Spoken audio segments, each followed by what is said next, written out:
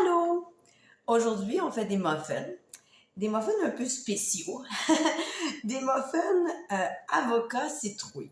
Bon, si vous n'avez pas de citrouille parce que c'est pas la saison, pas de problème, on va prendre de la courge musquée. Et je sais que ça... Excusez-moi, j'utilise mon couteau pour enlever le noyau de l'avocat. Il reste collé. Oui, si c'est pas la saison, ben de la courge musquée. La courge musquée, c'est parfait. Ça va vous en donner beaucoup, mais vous pouvez la faire cuire au complet et puis ensuite la congeler, hein, la mettre en purée et puis la mettre dans des petits contenants. Regardez, moi, voici ma purée. Donc, c'est un petit pot maçon. Ça se congèle très facilement et vous avez seulement à la faire décongeler pour ensuite utilisation immédiate à partir du moment où elle est décongelée. Donc voilà. Donc je viens de mettre l'avocat. En fait, vous savez quoi? Non.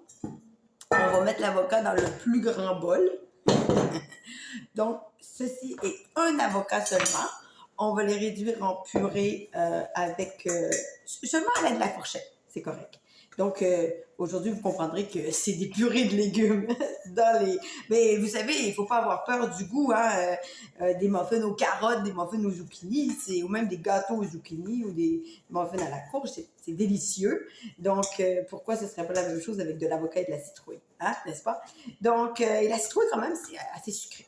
Pour faire de la purée de citrouille, c'est vraiment simple. Vous coupez votre citrouille en deux, vous la mettez au four à 300 degrés Fahrenheit à peu près 1 heure. Et ensuite, ça va se défaire. La chair va se défaire très, très facilement. Vous pouvez garder les graines et les manger.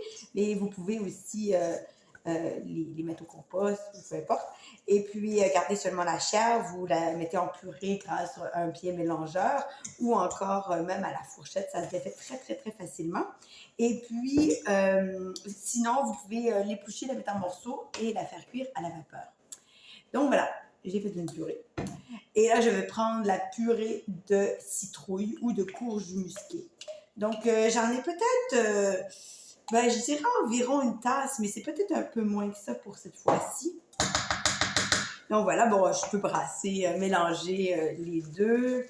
Et voilà. Comme d'habitude, vous allez voir qu'il y a beaucoup de choses qui se répètent d'une fois à l'autre dans mes recettes de muffins. J'ai fait de la purée de dattes qui sort du congélateur, de là la condensation. La purée de dattes, elle est froide, mais elle ne congèle pas. Regardez, je la sors directement. J'en prends un bon splouche, une bonne cuillerée à soupe. Donc, je l'ajoute. C'est à vous de décider si vous voulez en mettre un peu plus, mais on va mettre des pépites tout à l'heure. Donc, je mélange encore une fois, parce que là, c'est sûr qu'elle est pas congelée, mais elle est quand même froide, donc il faut bien la mélanger. Ensuite, j'ai 2 œufs du fermier. Comme je vous disais, les œufs, la coquille, c'est très important que la coquille soit épaisse, ça veut dire que la poule est en santé. Donc, dans mon cas, c'est toujours le cas parce que mes œufs viennent de la ferme directement. Je vais me laver les mains.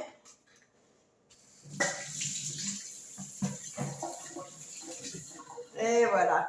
Bon, donc on continue de brasser. Bon, excellent. Bon, ça donne un mélange très, très, très jaune. En plus, les œufs fermiers, si vous en mangez, vous allez voir que la couleur est très jaune.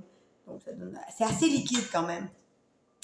Donc, encore une fois, j'aime bien prendre des amandes en poudre. Ça peut être des noisettes en poudre aussi. Donc, j'ai un fond ici. Je dois avoir au moins une demi-tasse.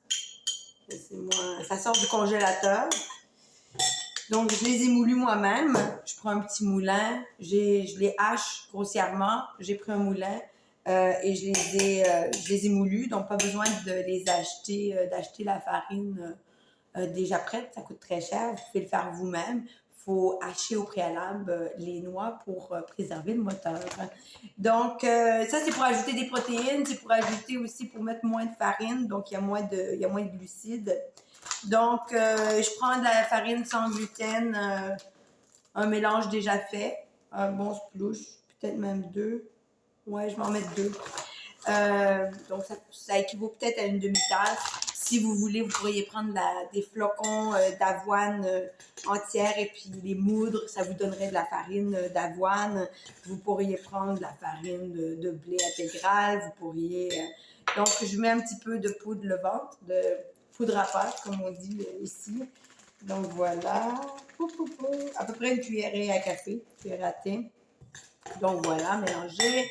Et là, je mets ce qui me reste de pépites. Vous voyez, c'est pas beaucoup. C'est peut-être, je sais pas, un quart de tasse. Donc, si vous aimez ça un peu plus sucré, allez-y, mettez-en plus. Et donc, maintenant que le mélange, il est prêt, il est brassé, j'ajoute au mélange d'ingrédients humides. Et donc, je brasse. Je vais verser dans mes moules. J'utilise des moules en silicone et je fais cuire une vingtaine de minutes à peu près. S'ils sont gros, peut-être un peu plus. Moi, j'aime mieux 6 gros muffins que 12 petits. Et puis, on les fait cuire comme d'habitude à 180 Celsius ou 350 Fahrenheit. Donc, une vingtaine de minutes à peu près quand un cure-dent ressort propre. Donc, voilà. Bon appétit, bon muffin.